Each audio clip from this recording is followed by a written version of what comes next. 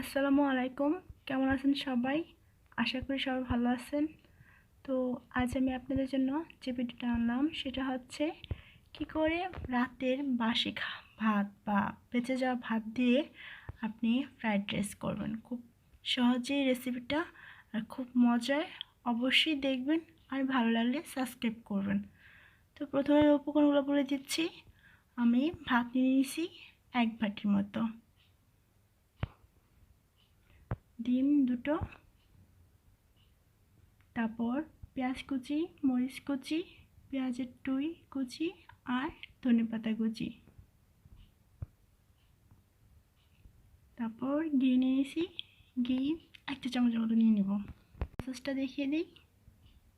প্রথমে একটা প্যানে আমি সামান্য পরিমাণ তেল নিয়ে নেব, তাতে ডিমগুলো ফেটে দেব। ডিমগুলো ফাটানোর পরে ভালো করে মিক্সড করে নিতে হবে যাতে ঝোড়া ঝোড়া হয়।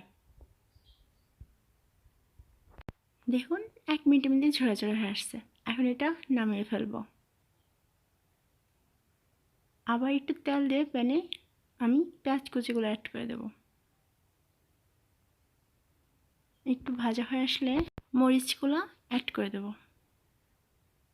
এখন এগুলো নেড়ে চেড়ে ভালো করে ভেজে নেব। সামান্য পরিমাণ লবণ অ্যাড করে দেব। 1/2 চা চামচ ঘি দিয়ে দেব। ঘিটা প্রথমে দিয়েছি যাতে ভালো করে তেল পেঁয়াজের সাথে মিক্সড হয়ে আসে। এখন ডিম ঝুড়িটা অ্যাড করে দেব। একটু নেড়ে চেড়ে ভাতগুলো অ্যাড করে দেব।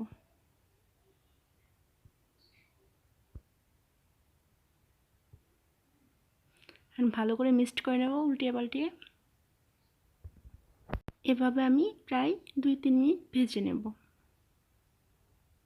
এটা করতে বেশি সময় লাগবে না।